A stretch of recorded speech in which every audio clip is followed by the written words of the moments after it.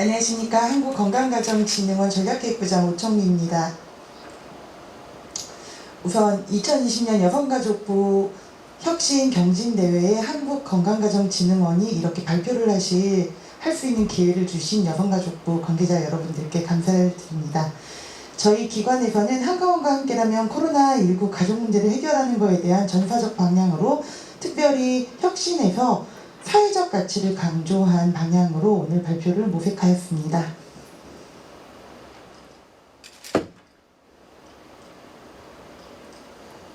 네. 한국건강가정진흥원은 저희는 건강가정기본법에 의해서 설립된 다양한 가족의 삶의 질 제고와 가족 역량을 강화하기 위한 기관으로 행복한 대한민국을 가족을 통해 만드는 기관입니다.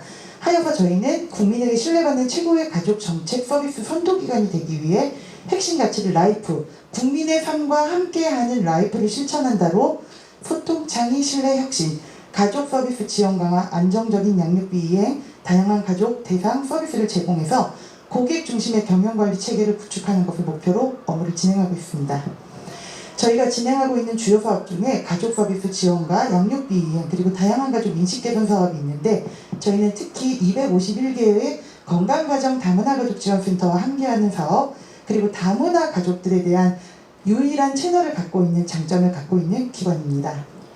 하여서 저희가 코로나19 바이러스로 인한 가족 문제를 접근해 봤을 때 헤드라인으로 봤을 때 코로나19로 가족 문제의 불화가 늘었고 돌봄 문제에 직면한 맞벌이 부부들이 돌봄을 어떻게 해야 되는지 문제가 발생하고 다문화 가족 같은 경우에는 특별히 더 가계경제가 악화되고 코로나로 인해서 아동학대가 심각해지고 코로나 블루 그리고 또 취약계층의 정보격차가 심화가 된다라는 기사를 발견할 수 있었습니다. 언론 동향을 저희 한국건강가정진흥원에서 분석한 결과 돌봄 공백, 가정폭력과 아동학대 피해, 한부모 자영업자의 사각지대, 포스트 코로나 대비, 비대면 서비스와 아동학대, 다문화 가족 서비스 중심의 일상적 서비스 재개 이런 것들이 키워드로 잡히고 있었습니다. 그리고 또한 저희가 이번 온라인 가족 포럼을 통해서 또 한 번 분석을 한 결과 가족 생활에서 가장 많은 스트레스를 받고 계시다는 것은 가사노동의 시간이 증가하고 자녀 돌봄과 교육 시간이 증가하고 경제가 나빠지고 있는 것들에 대해서 가장 많은 스트레스를 받고 계셨습니다. 이에 한국건강가정진흥원에서는 돌봄 공백과 아동학대 증가의 문제, 가족관계가 악화되는 문제, 그리고 코로나19로 인해서 정보 취약 계층이 발생하고 있는 것에 주목하였습니다. 한국건강가정진흥원에서는 종합적 대책을 마련하기 위해서 전사 차원의 대응 방향을 수립하고 긴급돌봄 지원을 위한 251개 센터와 협력하는 긴급돌봄 체계를 구축하고 기관장 주도의 전사가 코로나19를 대응하는 방향을 모색하고 있습니다.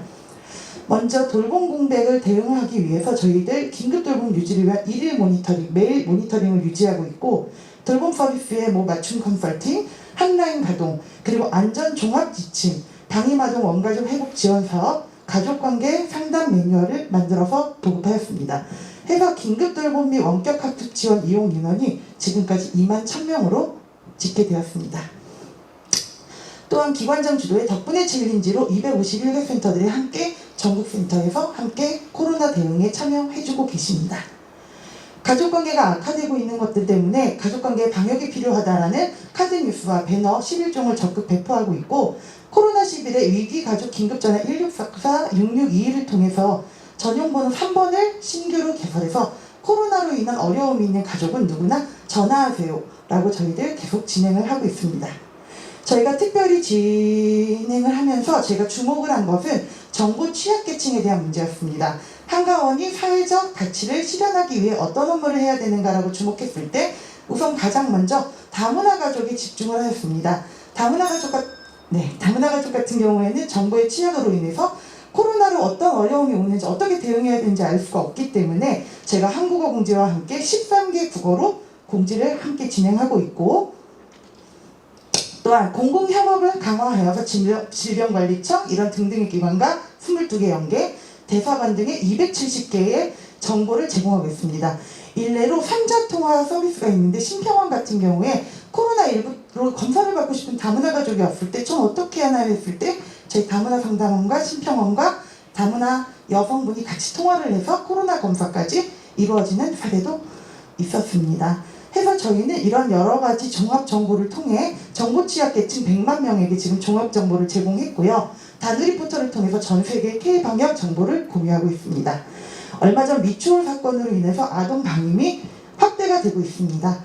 이런 여러 가지 코로나 사태로 저희 한국건강가정진흥원은 계속적으로 코로나19 대응을 위한 가족 방역 모델들을 개발하고 있습니다. 들어주셔서 감사합니다. 안녕하십니까. 기관 홍보를 담당하고 있는 이영찬입니다. 오늘 언택트 시대에 더욱 빛나는 성평등 내비게이션 교육 콘텐츠 부클릿을 소개하고자 이 자리에 섰습니다. 먼저 추진 배경입니다. 학부모들의 고민 사례를 보시겠습니다. 올해 초 코로나 확산 시기에 N번방 사건이 우리 사회를 또 한 번 뒤흔들었는데요. 특히 10대 청소년까지 가담했다는 사실에 학부모님들의 걱정이 굉장히 높아졌었던 적이 있습니다. 기사도 많이 나왔었는데 저 또한 초등학생 자녀를 둔 부모 입장에서 같은 고민에 공감을 했고요. 그래서 위 사례처럼 과외 없이도 학부모 자녀가 함께 할 수 있는 효과적인 학습 도구, 그리고 다양한 국민의 니즈를 아우르는 스마트한 학습 도구, 누구나 손쉽게 활용할 수 있는 편리한 학습 도구가 없을까라는 물음을 가져봤습니다. 실제로 지금 성평등 이슈에 대한 국민적 관심이 많이 증대되어 있고요. 근데 이러한 상황 속에서도 다양한 학습자 니즈를 충족할 수 있는 방법이 있을까? 그리고 아울러 언택트 시대인데 새로운 가치 전달 체계가 필요하지 않을까 고민이 되었습니다. 현재 양평원의 콘텐츠 분류 방식은 일반인과 아동 청소년으로만 분류되는 대분류라서 다양한 교육 수요 대응에 한계가 있었습니다. 그럼 과연 어떻게 해야 될까 재설계를 해보았습니다. 1단계로는 먼저 교육 콘텐츠를 분류하고 구조화하는 내용입니다. 좌측 그림에 보시면 7가지 교육 주제로 콘텐츠들을 분류를 해봤고요. 우측 그림에 보시면 7가지의 교육 대상별로 분류를 해봤습니다. 이 가로축과 세로축을 만나게 하면 이와 같이 콘텐츠 매트릭스가 나오게 되는데요. 그 교육 대상에 따라서 원하는 교육 주제가 만날 때 효과적인 학습이 이루어질 수 있다고 생각을 했습니다. 그리고 두 번째는 이렇게 분류된 성평등 콘텐츠를 효과적으로 제공을 하면 좋겠다. 성평등 내비게이션을 한번 제작을 해보자. 그래서 그 방안으로는 부클릿이라는 걸 제작을 해서 부클릿에는 QR코드까지 삽입이 되어 있습니다. 그래서 열람 및 다운로드까지 가능을 한 시스템인데요. 그림을 보시자면 좌측에 교육 대상별 7종, 우측에 교육 주제별 7종, 총 14종의 부클릿 세트가 있습니다. 밑에 그림 보시면 QR코드가 나오는데요. QR코드를 클릭하면 블로그로 연결이 되고 블로그에 해당 콘텐츠를 클릭하면 젠더온으로 넘어가서 콘텐츠를 보실 수가 있게 됩니다. 어떤 사례를 좀 보시자면 앞서 보셨던 그 학부모 고민을 좀 해결해 줄 수 있는 사례인데 이렇게 블로그에 들어가서 생활 에티켓과 불법 촬영 예방이라는 교육 콘텐츠입니다. 먼저 멍멍이와 야옹이가 등장을 하게 되는데요. 성별 구분 없이 편견 없이 시작을 하고 있고 그 다음에 친구에게 나라면 어떤가요? 라는 상황을 설정을 하고 이런 퀴즈도 있습니다. 사진, 영상을 찍거나 공유할 때는 어떤 경우에든 상대방의 동의가 필요하다. 동의는 사전에 받아야 하며 그리고 불확실한 의사표현은 동의로 볼 수 없다라는 내용까지 있습니다. 그래서 마무리로는 예방 포스터들을 직접 만들어보는 활동이 있었는데요. 그 이해도가 상당히 높다는 걸 알 수가 있었습니다. 이거는 학부모들에게도 홈스쿨링을 통해서도 적용이 될 수 있는 부분입니다. 그래서 이렇게 제작된 그 부클릿을 이제 성평등 가치를 공유하자는 차원에서 온라인 버전이라고 보시면 되겠습니다. 부클릿을 기관 홈페이지와 네이버 블로그에 심었습니다. 누구나 원하는 콘텐츠를 클릭 시에 젠더온으로 넘어가며 거기서 콘텐츠를 볼 수도 있고 다운로드 받을 수도 있습니다. 이렇게 보셨듯이 젠더온과 부클릿과 이제 그 기관 홈페이지 블로그를 중심으로 해서 콘텐츠들이 페이스북, 네이버 TV, 유튜브를 통해서 확산됩니다. 그래서 성평등 가치를 공유하는 체계가 완성이 되었습니다. 주요 성과로는 성평등 교육 콘텐츠를 국민들이 탐색할 때 시간과 비용을 절감해주는 콘텐츠 내비게이션이 생겼다. 그래서 이 부분을 통해서 실제로 그 젠더원의 조회수와 다운로드 횟수가 많이 증가했습니다. 그래서 앞으로도 활발한 콘텐츠 공유로 국민 성평등 의식 확산에 기여하도록 하겠습니다. 마지막 국민 사례는 경북 경산 소재 중학교 선생님 사례인데요. 지금 코로나 때문에 그 아이들 만날 수 없는 가운데 글짓기 대회를 했는데 온라인을 통해서 이렇게 자료 도움을 받았다고 많이 감사해한다는 그런 내용입니다. 모든 국민에게도 이러한 사례가 잘 전파가 될 수 있었으면 좋겠는 바람입니다. 네, 이상으로 발표를 마치겠습니다. 감사합니다. 네, 안녕하십니까. 네, 안녕하십니까. 한국청소년상담복지기관은 사이버 아웃리치 팀장 정진영이라고 합니다. 네, 저는 포스트 코로나 시대 온라인으로 위기 청소년을 찾아가다라는 주제로 발표를 시작하도록 하겠습니다. 네, 목차는 다음과 같습니다. 네, 청소년 문제 유형의 변화, 온라인에서 나타나는 위기 청소년 문제, 위기 청소년 문제 유형별 맞춤형 개입, 그 다음에 사이버 아웃리치 주요 성과, 그리고 향후 계획 순으로 말씀드리도록 하겠습니다. 네, 과거 청소년 문제는 아이들끼리 직접 만나고 부딪히면서 발생하는 경우가 되게 많았습니다. 일로 와서 같이 놀자 이렇게 하다가 뭐래 우리끼리 그냥 놀자 이렇게 따돌리기도 하고 웬일이니 쟤 운전 별로다 이렇게 숭숭거리기도 하고 그래서 이렇게 주요 문제들이 친구 관계나 학교 폭력, 이성 관계 이렇게 대면에서 만나는 문제들이 많이 발생을 했습니다.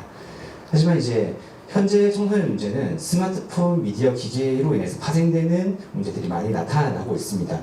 이렇게 청소년 스마트폰 보유율이 95%나 되고요. 일일의 평균 이용 시간이 2시간 이상이 됩니다.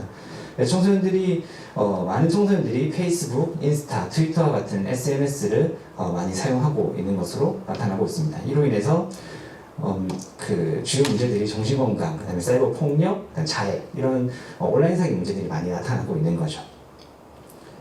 청소년 사이버 상담센터의 주요 영역별 상담 추이 변화를 보시면 2018년도부터는 이 대인관계 문제에서 정신건강 문제가 더 많이 대두된 것을 보실 수가 있습니다. 사이버 상담 이용자 수도 저희 많이 늘어나고 있는 추세에 있습니다. 온라인에서 나타나는 청소년 문제를 보시겠습니다. 다음은 이제 SNS에 게시되고 있는 실제 청소년들의 글인데요.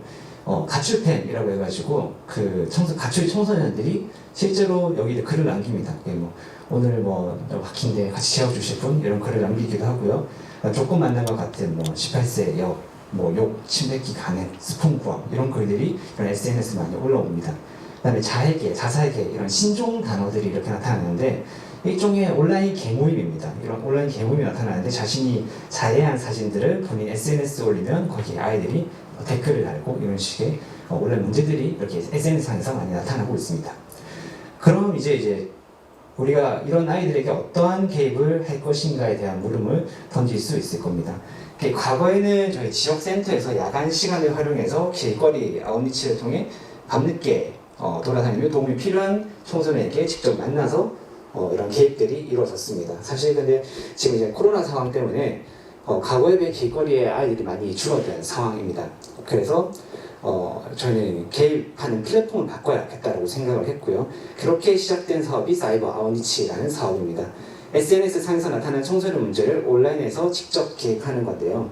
개입 방법은 청소년들이 SNS를 가장 많이 사용하고 활동 빈도가 높은 시간대를 선정을 해서 위기 관련 글을 남긴 청소년들의 SNS 메신저에 상담 글을 남기는 형태로 진행이 됩니다. 그래서 청소년 위기 관련 글을 검색을 하고 나서 그다음에 그 청소년의 그 일반 메신저로 이렇게 들어갑니다. 그래서 저희 사이버 상담원이 이렇게 그 위기 청소년의 메신저에다가 이렇게 글을 남기는 형태입니다. 보시면 아시겠지만 현 상황에 맞게 오프라인 아웃리치를 그대로 온라인으로 옮겨 놓은 것이죠. 사이버 아웃리치를 통한 실제 개입 사례에 대해서 조금 각색을 해서 가지고 왔습니다. 안 보이실 거면 제가 조금씩 읽어드리겠습니다. 안녕하세요. 청소년 사이버 상담센터 상담 선생님이에요. 조건 만남으로 인해 성범죄에 노출될 수 있는 상황인 것 같아 걱정스러운 마음에 메시지를 보냅니다. 라고 하면 청소년이 이렇게 답을 했어요. 누구세요? 이거 혹시 자동 로봇인가요? 라고 이렇게 물음을 하죠. 그럼 아니요, 저희 뭐 찐 사람입니다. 그래서 지금 땡땡님이 현재 힘든 상황인 것 같아 메시지를 남겼다. 이렇게 얘기를 하니까 이 이용자가 아 진짜요? 사실 가정폭력이 예전부터 좀 심했고 부모님이 이혼을 하시고 난 뒤로부터는 돈이 없어서 용돈벌이로 조금 만남을 한다. 그래서 지금 저희 상담원이 지금 안전한 상황인가요? 용돈을 벌고자 하는 마음에 조금 만남을 하는 것 같게 됐는데 더 위험한 상황에 처해질 수도 있어서 많이 걱정이 된다. 네, 지금 아빠랑 살고 뭐 이렇게 그렇지 않은데 저희가 많이 답답한 상황이다. 이렇게 대답을 하고 저희 상담원이 상담 기간을 연계해 드릴까요? 이렇게 물어봤는데 이 사례에서는 자기가 이제 그 개인정보를 이렇게 노출하는 거에 대해서 조금 두려움이 있고 꺼려짐이 있어서 이런 노출되는 게 꺼려지면은 우리 그 청소년 사이버 상담센터에서 24시간 비대면 상담을 할 수가 있으니까 언제든지 와서 상담을 받아라. 꼭 받아봐라. 이렇게 하니까 이 친구도 먼저 이렇게 찾아와줘서 고맙고 얘기를 들어주셔서 너무 감사하다. 그래서 저희 상담원도 이 친구에게 뭐 언제든지 상담 받을 수 있고 이야기를 들어줄 사람이 언제든지 있다라는 것들을 기억해줬으면 좋겠다라는 기획 사례로 저희가 진행을 한 사례가 있습니다. 이게 주요 성과입니다. 청소년 사이버 상담센터의 위기 청소년 발굴 게이트웨이로서의 기능 및 역할을 강화를 했고요. 청소년 사이버 상담센터 채팅 상담 플랫폼만 아니라 SNS 메신저 상담 플랫폼 사용으로 온라인 상담 플랫폼 확장을 통해 코로나19로 대면 상담을 받지 못하는 청소년들의 편의성을 높였습니다. 사이버 아웃리치 사업은 저희가 9월 2일부로 시작을 했고요. 2일부터 16일까지의 1,800여 건의 사이버 아웃리치를 실시를 하였습니다. 향후 계획입니다. 앞으로 저희는 SNS 메신저 상담 모형을 개발할 예정이고요. 그다음 청소년들의 온라인 활동 영역을 지속적으로 발굴할 계획입니다. 또한 사이버 상담원 역량 강화 교육을 통해서 상담 품질을 높일 예정이고요. 청소년들의 건강한 상정을 위한 온라인 캠페인, 챌린지도 지속적으로 운영할 예정입니다. 네, 경청해 주셔서 감사합니다. 네, 안녕하십니까.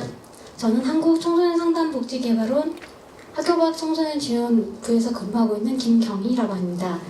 저는 학교밖 청소년의 대입차별 해소를 위한 첫걸음을 내딛다라는 주제로 발표를 시작하겠습니다. 예, 여러분 혹시 학교밖 청소년에 대해서 어떻게 생각하십니까? 되게 많은 경우에는 학교밖 청소년 이꼬르 학업 중단 청소년이라고 생각하고 계시는데요. 사실 학교밖 청소년은 학교를 그만둔 청소년이지 학업은 계속 이어가는 경우가 많이 있습니다.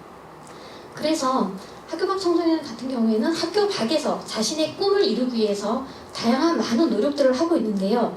근데 안타깝게도 이 친구들이 제도권 밖에 있다는 이유만으로 다양한 차별을 경험하고 있습니다.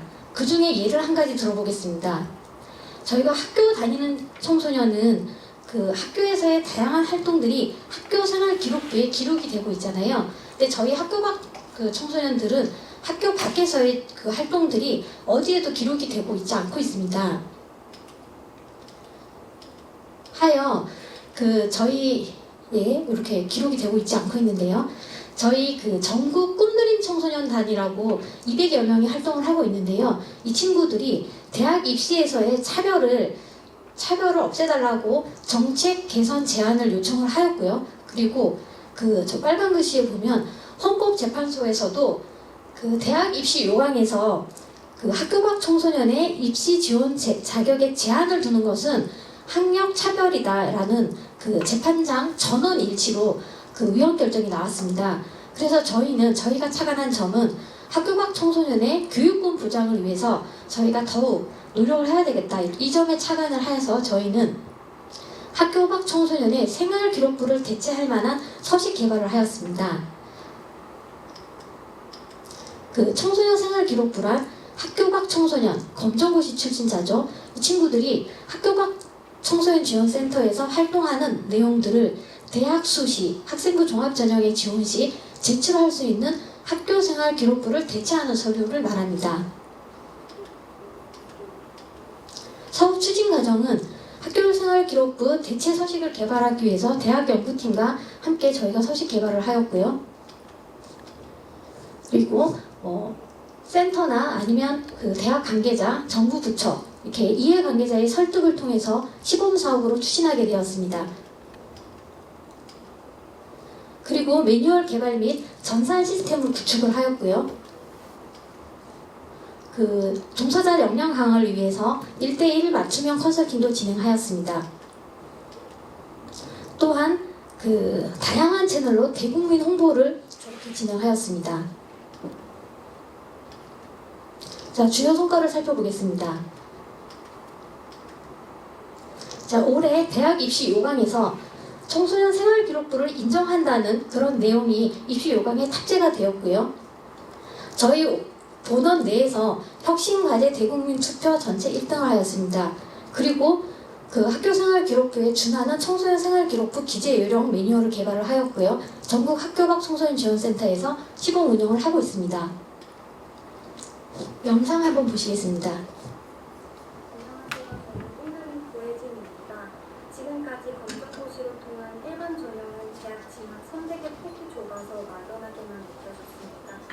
하지만 학교 밖 청소년들을 위한 생리부 전형이 생기면서 대학 진학에 대한 부담을 덜게 되었고 좋은 기회라 생각했습니다. 또 꿈드림 선생님들께서 학생들 개개인에게 많은 관심을 주셔서 적성에 맞는 프로그램을 연결해 주셨고 덕분에 다양한 활동들을 참여하면서 더 적극적이고 관심을 가지게 되었던 것 같습니다.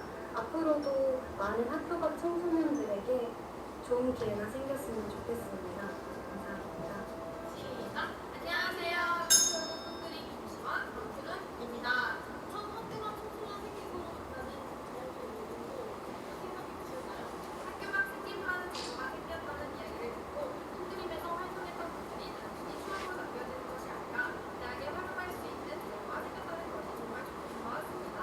또 학생부 종합 전형에 대한 차별을 들었던 저희에게 학교 밖 생기부가 생김으로 일반 학생과 동등한 위치에서 경쟁할 수 있는 기회가 생기게 되었다는 것이 정말 크게 다가왔습니다. 그럼 생기부를 써주시는 꿈드림이란 게시설 내용 어떻게 생각하시나요? 꿈드림은 많이 알려지지 않았음에도 불구하고 고등학교를 다니고 있는 학생들보다 많은 경우를 시작한 것 같고 학교만 청소년들은 많은 활동을 통해 올바른 길로 같이 걸어가지는 곳이라고 생각합니다. 이상으로 2019년의 단골은 김시환이었습니다. 감사합니다. 네, 향후 계획입니다. 그래서 저희의 노력들이 학교 밖 청소년들의 삶의 질의 변화를 가져올 것이라고 기대하고 있고요. 그리고 그 앞으로는 그 청소년 생활기록부가 보다 보편화되어 적용될 수 있도록 노력하도록 하겠습니다. 네, 그 세상으로 등교하는 학교 밖 청소년들이 더 이상 대학 입시에서 차별을 받지 않도록 저희 여기 계신 많은 분들의 따뜻한 관심과 응원 부탁드립니다. 감사합니다.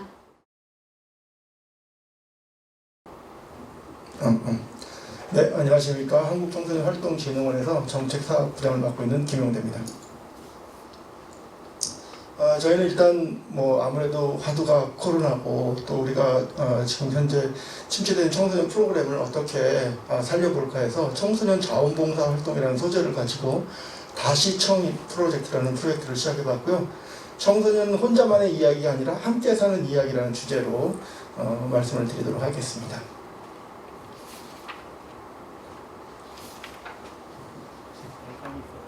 영상 하나 보고 시작하겠습니다.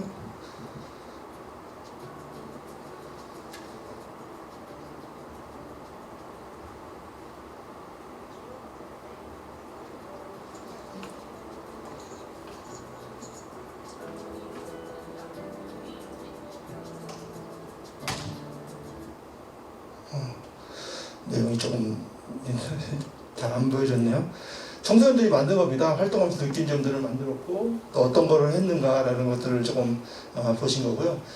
일단 밥은 먹어야 하니 일하러 나가야 하는데 애들이 집에서 뭘 하고 있을지 모르겠어요. 과외나 사람 써서 수업을 도와준다는데 있는 집 애들이나 가능하지 저희 같은 집은 말 그대로 방치죠. 부모님들의 한숨.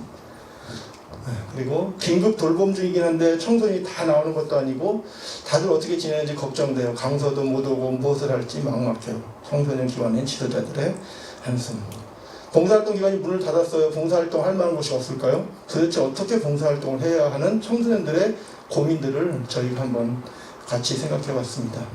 그래서 긴급하게 비대면 봉사활동을 지난 3월 달에 한번 시작을 했습니다. 먼저 여성가족부에서 하고 있는 청소년 방과 후 아카데미 아이들 대상으로 아이들에게 원하는 활동 영역, 내용, 일정, 참여 방식 등을 조사를 통해서 결과를 토대로 지금 어떤 프로그램을 하면 좋겠는가 해도 영어 진로 탐색, 과학 댄스 활동이라는 4가지 주제를 받게 됐습니다. 그래서 원하는 활동, 영역 등을 방과학과의 청소년과 봉사자가 협의해서 진행하는, 그래서 이런 것을 조사를 통해서 화상 시스템을 활용한 카카오 라이브나 네이버 밴드 라이브를 활용해서 봉사자와 또 방과학과의 청소년들의 참여를 높이도록 했습니다.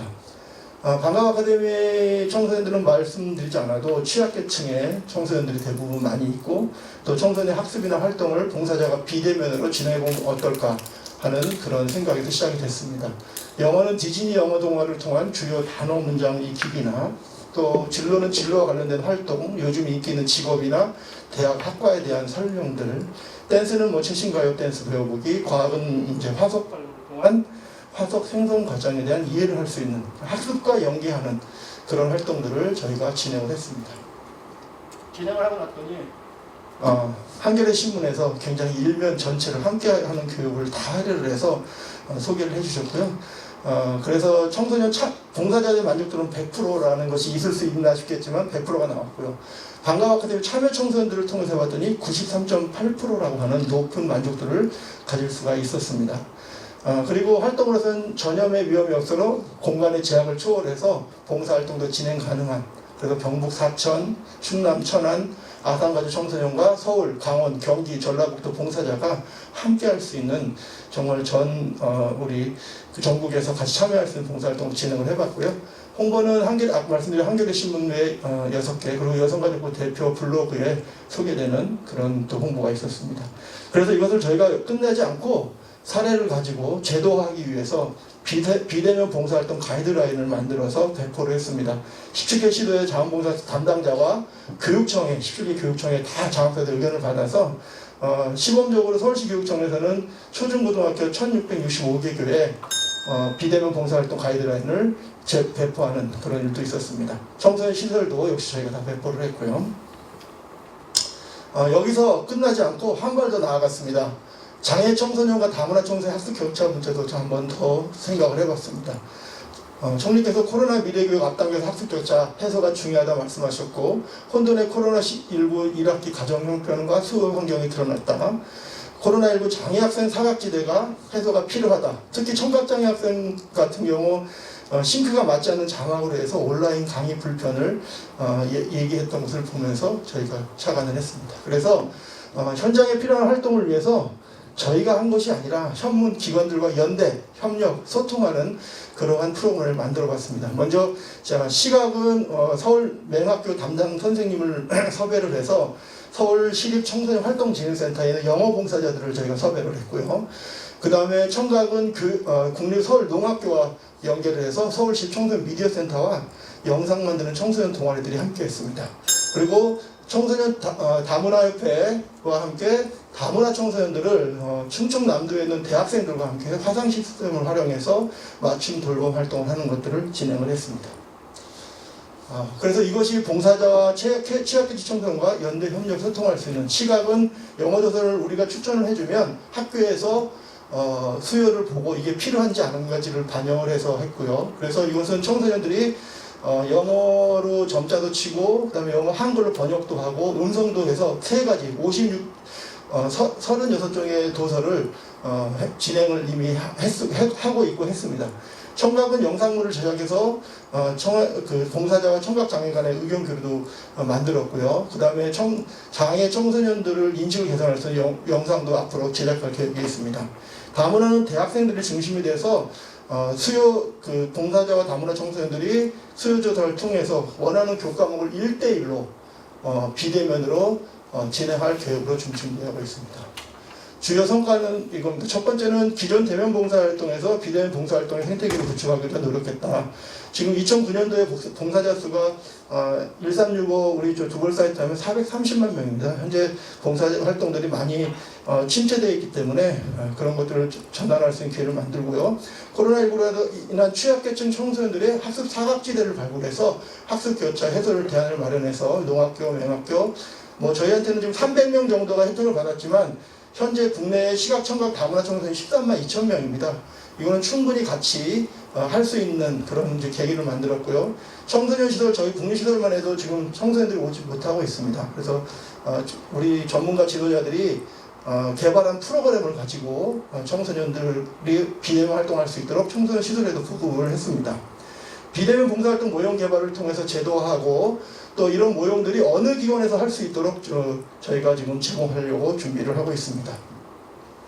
특히 재능 나눔 봉사를 저희가 지금 하고 있는데 단순히 그냥 검색만 하고 나열 식으로 되어 있는 것들을 이번에 저희가 데이터 센터를 통해서 축적된 데이터를 분석하고 가공해서 봉사자별 재능 또 시기 정보 제공 추진 사업들을 진행할 수 있는 빅데이터 서비스도 앞으로 진행해서 제공할 예정이 있습니다.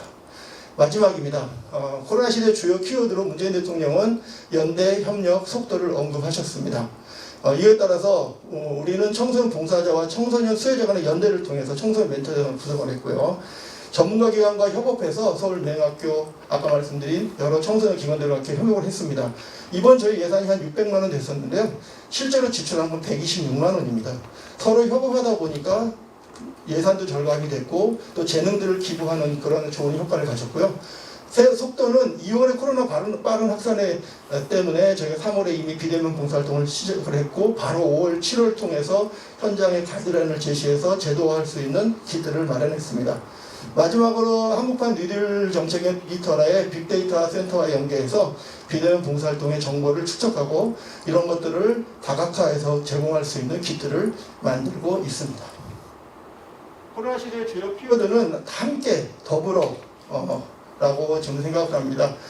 청소년들이 또 이렇게 더불어 함께 봉사활동을 통해서 인성이 개발이 되고 또 성장할 수 있는 기회가 될 거라고 생각합니다. 2019년은 다시 청소년이다로 청소년계가 뭉쳤습니다. 2020년도 다시 다문화 시각 청소년과 함께 시작하고자 합니다. 그리고 이제 2021년을 준비해서 새로운 100년을 준비하는 그런 청소년 활동이 되도록 더욱더 노력하도록 하겠습니다. 저의 발표는 끝났지만 청소년들이 함께 사는 이야기는 앞으로도 계속될 것입니다. 감사합니다.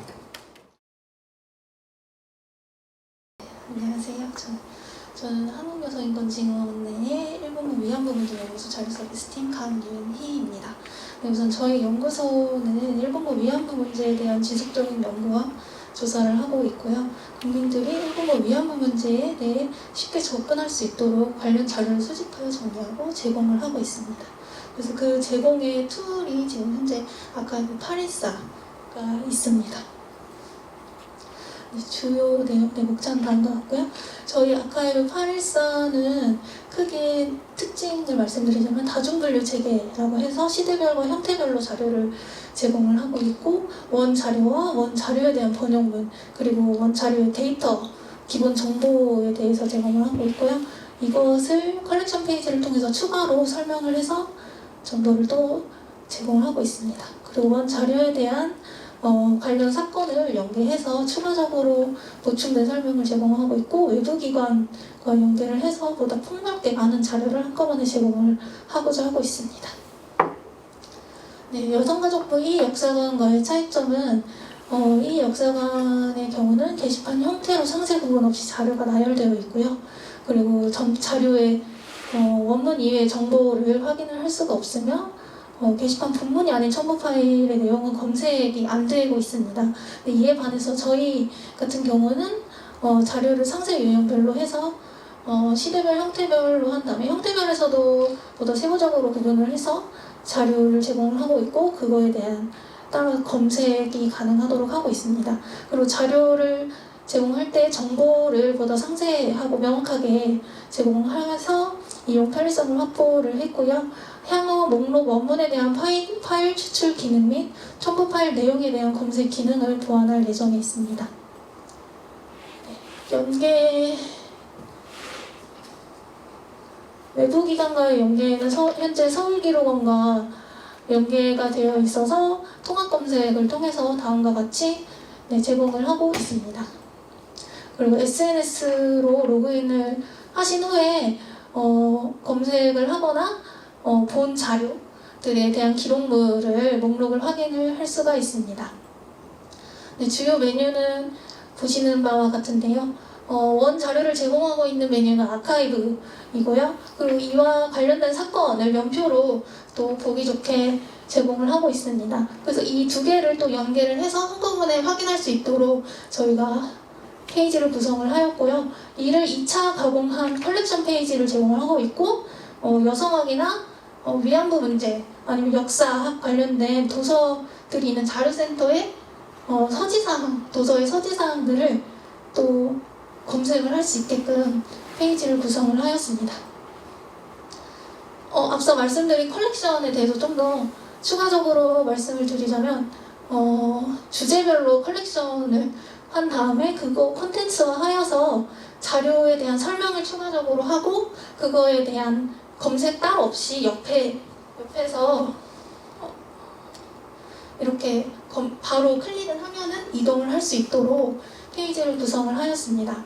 현재 구성된 페이지는 3가지가 있는데요. 2000년 일본군 성노예 전범 여성국제법정 관련 자료 컬렉션과 유엔 인권위원회 및 인권소위원회 자료 컬렉션, 일본군 정부의 위안소 운영, 위안부 동원 관련 공식 문서 컬렉션 이렇게 3가지가 있고 올해 안으로 3건에서 5건 정도 추가할 예정이 있습니다.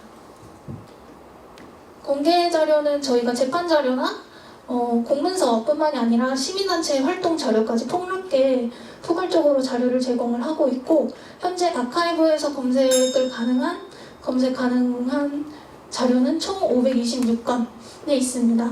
그래서 자료 중에서도 특히 일본 정부와 일본군이 주체적으로 관여했음을 보여주는 자료를 우선적으로 최종 검수를 하고 있고요. 그리고 그거 빨리 우선적으로 검토를 해서 추가로 공개할 예정이 있습니다. 그래서 주요 자료는 다음과 같이 이렇게 제공을 하고 있습니다. 그리고 저희가 자료에 대한 번역문도 PDF 파일로 함께 제공을 하고 그거에 대한 검색도 가능하게 해놔서 아카이브에 들어가시면 충분히 확인 가능할 것 같고요. 저희가 올해 8월 14일에 개관을 해서 이에 대한 홍보 자료로 함께 추가적으로 보여드리고자 준비하십니다. 네, 이상입니다. 안녕하십니까. 성평등 정책 추진 체계 강화 발표하게 된 여성정책가 송영광입니다. 발표 순서는 추진 배경, 추진 경과, 추진 체계, 추진 성과, 향후 계획으로 순으로 발표하겠습니다. 추진 배경입니다. 성평등이 지속 가능한 사회의 핵심 가치로 부각되고 성평등 사회에 대한 국민 기대와 요구가 증가하고 있습니다. 모든 정책 과정에서의 성평등 관점 반영과 사회 전반의 성차별 구조 개선을 통해서 국민들이 체감할 수 있는 성평등 사회를 실현하고자 합니다. 대통령님께서도 국무회의 때 성평등 문제는 여성가정부의 일만이 아니고 각 부처가 책임져야 하는 고유의 업무로 인식하고 모든 부서가 역량을 투입해야 한다고 말씀하신 바 있습니다. 정부는 스쿨 미투, 문화예술계 미투, 직장내 성희롱 등 미투 대응 관련 체계적이고 지속적인 문제 해결을 위해서 19년에 문체부, 교육부, 고용부 등 정책 영역이 큰 8개 부처의 양성평등 정담 부서를 우선 설치하였습니다. 신설된 양성평등 정책관이 내실 있게 운영되고 조기에 안착될 수 있도록 부처 간 정보를 공유하고 협의해 나갈 수 있는 8개 부처 협의체를 구성 운영하였고 올 4월에는 양성평등 정책 담당관 협의체 운영 규정을 여성가족부 훈령으로 제정하였습니다. 또한 각 부처에서 양성평등 지원에 관한 훈령을 제정할 수 있도록 표준안을 마련하여 공개한 바 있습니다.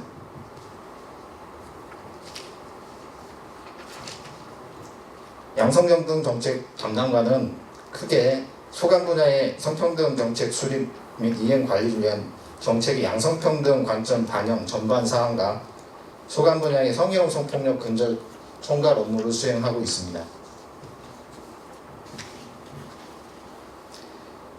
주요 추진 성과입니다. 부처별 양성평등 정책 기본계획 수립으로 부처 내 양성평등 정책의 컨트롤 기능을 강화하는 한편 이를 통해서 소속기관의 전담 전문 인력을 배치하고 양성평등 정책 관련 연구 수행, 실태조사 등 정책 환경을 파악하는 한편 부처별로 민간 전문가가 참여하는 양성평등위원회를 구성 운영함으로써 양성평등 정책에 대한 과제를 발굴하고 민간 협력 체계를 구축하는 등 양성평등 정책 추진 체계 기반을 강화하였습니다. 두 번째, 부처별 행정규칙이나 주요 정책, 홍보 콘텐츠 등 성차별 요소를 점검하는 한편 성별 영향 평가 대상 과제를 확대하고 계층별 수준별 맞춤형 성인지 교육을 다양한 주제의 성인지 콘텐츠 제작 배포하고 교육과정 등의 양성평등 교육 과목을 신설하는 등 소관 분야의 정책 성인지적 관점 반영을 위해 노력한 바도 있습니다.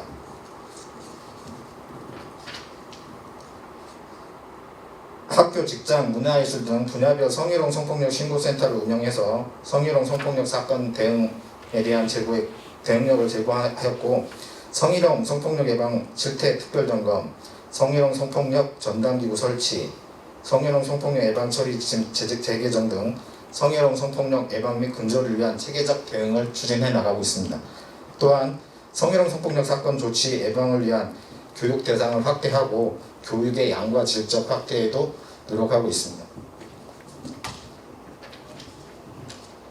양성평등한 조직문화 조성을 위한 성과입니다. 성인지 관점을 반영을 위해서 교도소나 보호관찰소 등의 법무시설 개선, 그리고 군 내 어린이집, 공동육아 남업자 설치, 가족친화인증제도 확대 등을 추진하였고 여성관리자 임용 확대, 정부위원회 성별균형 추진 등 본부, 소속기관 간 성평등 조직문화 협의회나 커뮤니티를 통해서 성희롱 성차별 개선 문화 조성도 추진해 나가고 있습니다.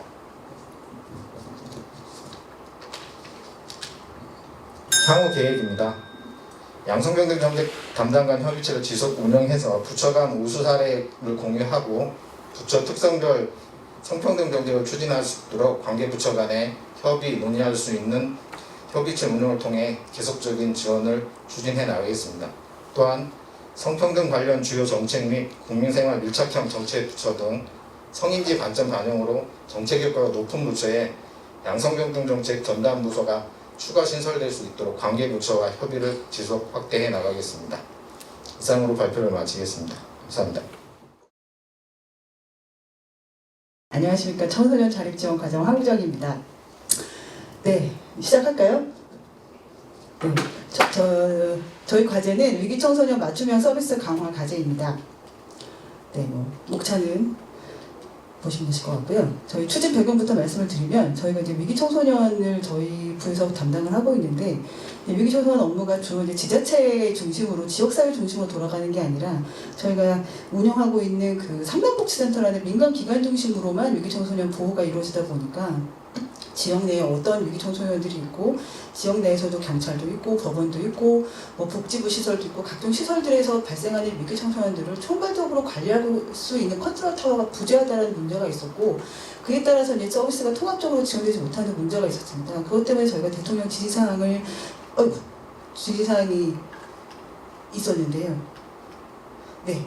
그래서 이제 여가부가 컨트롤 타워가 되고 관계부처 민간과의 총괄하는 체계가 마련해야 된다라고 말씀 주셔서 저희가 지역사회 위기청소년 지원 강화 방안을 발표하게 되었습니다. 주요 내용을 보시면 아까 말씀드렸던 것처럼 지자체가 그 민간단체한테 위기청소년 관리 업무를 다 넘길 것이 아니라 지자체가 주도적으로 위기청소년 자기네 지역에 위기청소년이 몇 명이나 있고 어떤 지원 서비스를 할 수 있고 어떤 지원 서비스를 받고 있는지를 좀 컨트롤하라는 차원에서 위기청소년 전담 조직을 저희가 만들도록 했습니다. 그게 저희가 청소년 안전망 팀이라고 이름을 붙였고요. 이런 청소년 안전망 팀을 전국에 이제 설치하도록 저희가 그 행안부 쪽이랑 그 인건비 협의를 좀 해서 그 각 지자체한테 저희가 90여 개 지자체에 이 안전망 팀을 구성할 수 있도록 인건비 기준을 좀 정비를 해서 내려보낸 바가 있고요. 그거와는 별도로 저희가 좀 청소년 안전망 팀이라고 해서 제대로 된 팀을 꾸려서 사업을 한번 해보라고 해서 19년도부터 시범사업과 올해 선도사업 9개소를 운영을 하고 있습니다. 두 번째는 고위기 청소년 맞춤형 프로그램인데요. 사실 이제 워낙에 지역에 이제 자살이나 자해나 어떤 폭력이나 비행 청소년들이 많다 보니까 이 친구들한테 좀 개별적으로 맞춤형으로 서비스를 할 수 있도록 저희가 어떤 사업비를 확보를 해서 상담복지센터를 통해서 사업을 할 수 있도록 저희가 이 프로그램을 지금 운영을 하고 있습니다. 지금 17개소가 운영이 되고 있습니다. 그리고 또 하나는 뭐냐면 사실 지역 내에서 어떤 복지 서비스를 받는 아이들은 이제 복지부에서 그 지원이 되는데 가장 여가부에서 다뤄줘야 되는 핵심적인 그 정책 대상이 저희는 어떤 일탈 비행 청소년이라고 봤고요. 그렇기 때문에 경찰청에서 어떤 이 친구들이 많이 잡히고 경찰청에서 뭐 이렇게 사건화돼서 검찰로 넘어가는 아이들도 있지만 이게 경찰청 내부에서 어떤 훈방이나 선도 프로그램을 그 이수하는 아이들이 있는데 이 친구들이 그냥 이 일주일짜리 길게 있는 일주일짜리 뭐 3, 4일짜리 교육 프로그램만 받고 그냥 훈방되고 사회로 그냥 내던져지는 상황이었습니다. 그래서 일단 저희가 어떤 상담복지센터와 청소년 동반자라는 툴이 있기 때문에 이 친구들을 경찰청에서 저희가 정보를 좀 받아서 좀 지속적으로 상담 관리를 해주고 복지 서비스 줄 건 주고 이렇게 좀 통합적으로 지원할 수 있도록 하겠다라고 해서 경찰청과 여가부가 MOU를 체결을 해서 해당 정보를 받고 이제 서비스를 해주고 있는 상황입니다. 실적은 뒤에 가서 따로 말씀드리겠습니다. 그리고 가출 청소년도 저희가 좀 여가부가 유일하게 그 위기 청소년에 대한 지원 중에서 우리 여가부만 하는 게 가출 청소년 지원인데요. 가출 청소년이 다른 아동복지시설에 비해서 서비스가 생각보다 상대적으로 많이 낮다. 아동복지시설에 들어가면 일반적으로 그 급여를 받게 됨으로써 어떤 경제적인 문제는 없는데 청소년 쉼터는 사실 저희가 의식주로 제공하는 거 외에는 그동안 그렇게 여유가 많지 않았습니다. 지원 여유가. 그래서 저희가 일단은 국토부랑 저희가 협의를 좀 해서 이게 협업과제로 저희가 올라오게 된 건데요. 국토부가 좀 적극적으로 협의를 해서 국토부가 그 LH랑 함께 이제 공공주택을 공급을 하는데 공공임대주택의 입주 요건 중에 그동안 아동복지시설에 퇴소한 아이들에 대해서는 우선권을 부여를 했었습니다. 근데 저희 쉼터도 마찬가지 처지에 있는 아이들이다 하여 굉장히 빠르네요. 그래서 임대주택에 우선적으로 들어갈 수 있도록 저희가 요건을 변경해서 실질적으로 임대주택까지 지원을 해주고 있습니다. 그리고 또 마지막으로 위기청소년 통합적 정보시설 서비스 시스템을 구축을 하고 있는데요. 이게 어떤 그 위기청소년의 지원을 체계적으로 하기 위해서는 정보들을 관계부처로부터 받고 이 친구가 어떻게 사례 관리가 되고 있는지를 좀 저희가 정보 시스템으로 관리가 돼야 되는데 없었습니다. 그래서 저희가 올해부터 새로 시스템을 구축을 하려고 하고 있습니다. 주성과 말씀드리면 지금 지자체 청소년 안전망팀 계속 구축이 되고 있고요. 지금 8개 지자체 97명이 이제 배치 기준을 인정받아서 실제 배치가 되고 있는 상황입니다. 단계적으로. 그리고 각 지자체별로 특화 사업도 하고 있고 아까 말씀드렸던 경찰청 선도 프로그램 이수한 아이들이 1년간에 한 3,000여 명이 쏟아져 나옵니다. 이 친구들이 그냥 거리로 나가는 게 아니라 적어도 한 번이라도 상담복지센터에서 연락을 받아서 어떻게 지내냐라고 사후 관리를 해주고 있다 이런 말씀을 드리고요.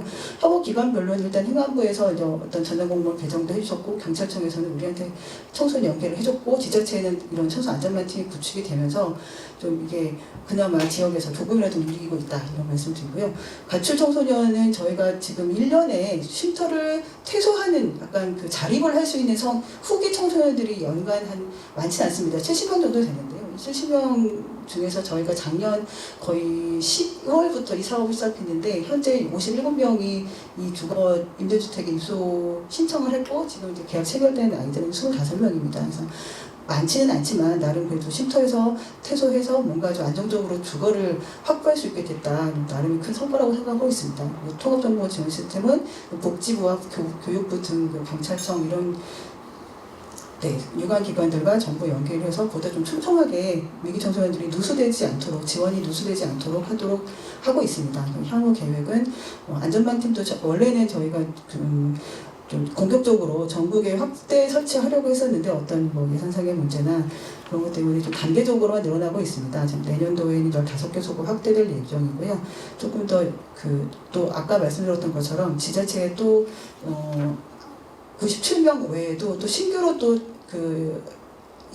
전담 공무원을 배치하고자 수요를 내신 지자체에 대해서는 기준인건비를 인정을 해서 계속 이 청소년 복지 업무를 전담하게끔 하도록 할 계획입니다. 그리고 저희가 쉼터를 퇴소한 아이들에 대해서 임대주택을 주고 있는데 그게 개별 지원이다 보니까 어떤 아예 이 자립지원관이나 쉼터에서 내가 가지고 있는 임대주택 물량을 좀 확보를 하면 안정적으로 이 친구들한테 퇴소할 때마다 임대주택을 제공할 수 있을 거라고 생각을 해서 또 국토부랑 조금 더 그 전향적으로 임대주택 물량을 확보하도록 협의를 하고 있습니다. 그리고 통합지원 정보 시스템은 올해부터 내년도까지 이제 확대가 아니라 신규 설치할 예정입니다. 네, 이상입니다. 감사합니다.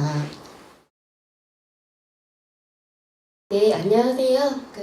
출생신고 전 미혼부 자녀 지원으로 복지 사각지대를 줄이다 발표를 맡은 손유미 사무관입니다. 다음입니다. 미혼부 관련 사례가 있어서 우선 좀 참고하시라고 넣어드렸고요. 미혼부들이 이제 당면하게 되는 그런 상황들을 좀 이해하실 수 있을 것 같습니다. 다음으로 추진 배경 목차를 말씀드리겠습니다. 추진 배경, 문제점, 추진 내용, 해결 노력, 기대 성과입니다.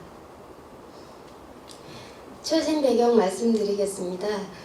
출생신고는 국적 취득을 통한 사회 구성원으로 인정받는 동시에 기본 권리입니다. 그럼에도 불구하고 가족관계 등록법에서 모의 출생신고를 전제로 하고 있어서 미혼부 자녀의 경우에는 출생신고가 쉽지 않았습니다. 미혼부 자녀의 출생신고가 지연될 경우에 건강보험이라든지 한부모 가족 지원 등 복지 혜택에서 배제될 수 있는 문제점들이 있었습니다. 구체적으로 문제점을 말씀드리겠습니다. 미혼부 출생신고 시 모의 협조가 이루어지지 않거나 모의 정보를 일부만 아는 경우에는 출생신고 인용에 어려움이 있었습니다. 가정법원 확인을 통해서 출생신고를 하게 되는데 적게는 3개월에서 1년이 소요됨에 따라서 생계 등 지장 우려가 생겼습니다. 두 번째 문제점 말씀드리겠습니다. 미혼부 자녀의 경우 실질적으로는 한부모 가족임에도 불구하고 한부모 가족 지원 대상에서 제외되는 문제점이 있었습니다. 다음으로 출생신고 등 공적 등록이 되지 않은 미혼부 자녀에 대한 구체적인 지침이 없어서 현장에 적용이 어려움이 있었습니다. 이러한 문제점들을 해결하기 위해서 크게 두 가지를 추진했는데요. 첫 번째로는 출생신고 전이라도 유전자 검사 등을 통해서 부자 관계임을 증명하는 경우 한부모 가족 지원법 지원 대상자로 통렬히 인정하는 부분인데요.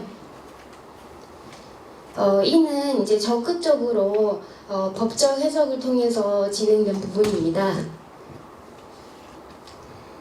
법제처 법령 의견 검토를 받아서 출생신고 전 미혼부와 자녀인 경우도 한부모 가족 지원법에 지원 대상자로 적극적으로 해석해서 복지의 사각지대로 해소하고자 하였습니다. 이렇게 한부모 가족 지원 대상자로 인정이 되면은 우선 아동양육비 지원을 받을 수 있고요. 그리고 부자 가족이기 때문에 복지시설 입소라든지 시설 아이돌보미 지원 등을 받을 수 있습니다. 그리고 두 번째로 출생신고 과정 중에 이제 주민센터 등에서 되게 많은 어려움을 겪게 되는데요. 그래서 이런 미혼부 출생신고를 지원하는 내용입니다. 대한법률구조공단을 통해서 유전자 검사를 지원하고 소송 대리 등 법률을 지원합니다. 그리고 17개 미혼모부 거점 기관을 통해서 출산 양육 지원 그리고 자조 모임을 제공합니다. 마지막으로 향후 기대 성과를 말씀드리겠습니다. 이러한 미혼부 지원 확대로 자녀 양육을 책임지는 아빠들의 부담을 줄이고 복지의 사각지대를 해소하는 것입니다.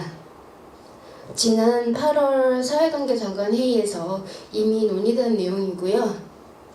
미혼부 자녀인 경우에 출생신고 전에는 이제 생후 1년까지만 건강보험이 적용되었는데요. 이후에는 이제 조금 1년 이후에도 적용이 되도록 하는 부분입니다. 미혼부 같은 경우는 이제 유아기 시절에 이제 병원에 갈 일이 되게 많은데 1년까지만 적용하는 부분이었기 때문에 유의미하다고 말씀드릴 수 있습니다. 두 번째로 미혼부와 그 자녀가 생활 접점에서 원스톱으로 지원받을 수 있도록 하는 부분인데요.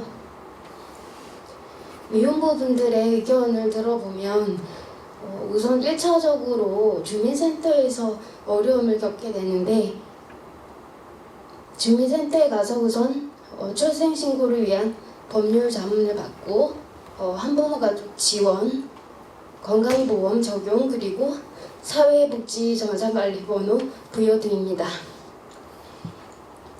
이상으로 이제 기대선거를 말씀드렸는데요.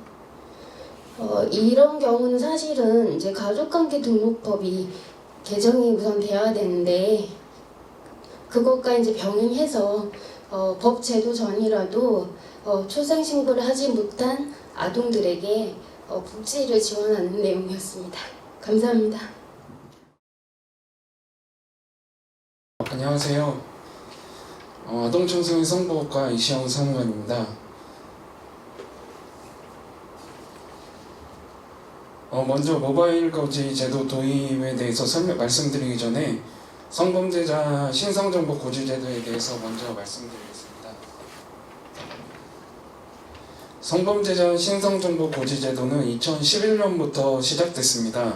성범죄자의 신상정보를 19세 미만 아동 청소년 보호 세대주에게 고지해서 성범죄로부터 아동 청소년을 보호하기 위해 만든 제도입니다. 성범죄자의 신상에 관한 정보, 사진, 키, 상세 주소 등을 포함한 거주지 정보, 그리고 전자장치 부착 여부 등을 우편으로 고지해주고 있습니다. 아동 청소년에 관한 법률에 의거해서 시행하고 있으며 종이문서로 제작해서 연간 약 900만 통의 우편을 발송하고 있습니다. 연간 900만 통의 우편 고지를 실시하고 있는데 효과성에 대해서 의문을 제기하는 곳이 많이 있었습니다. 국민 제안이라든지 국회에서 많은 지적을 해주셨는데 많은 예산을 소모하고 있지만 비용 대비 효과성이 떨어진다는 지적이 많이 있었습니다. 특히 일반 우편으로 송달돼서 정확한 송달 여부를 확인이 불가능하고 고지 정보를 폐기한 후에 재열람이 불가능한 점, 그리고 우편함에 일반 우편으로 송달되어서 아동 청소년이 거주하는 것을 짐작할 수 있게 하는 등 꼭 필요한 제도이지만 보완할 점이 많이 있었습니다. 그래서 모바일로 전환하기 위해서 관련 제도를 살펴보는 중에 19년도에 규제 샌드박스를 통해서 모바일 전재고지 사업이 허용된 것을 확인하고 관련 예산 확보 및 사업 수행 준비에 들어갔습니다. 올해 초에 경쟁 입찰을 통해서 카카오페이를 중개사업자로 선정했고 8월에 모바일 전자고지 시스템 구축을 완료하였습니다. 그리고 10월에 시범 운영을 앞두고 있습니다.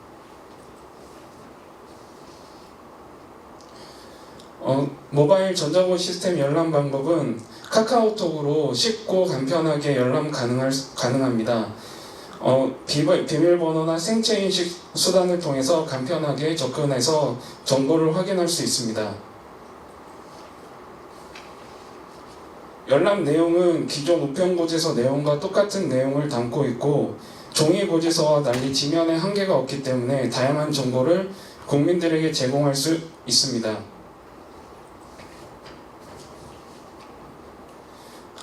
우편고지에서 모바일 고지로 이제 전환을 할 계획인데 국민들에게 홍보를 통해서 점차 이제 모바일 고지로 전환율을 높이려고 노력할 계획입니다. 기대 효과에 대해서 말씀드리겠습니다.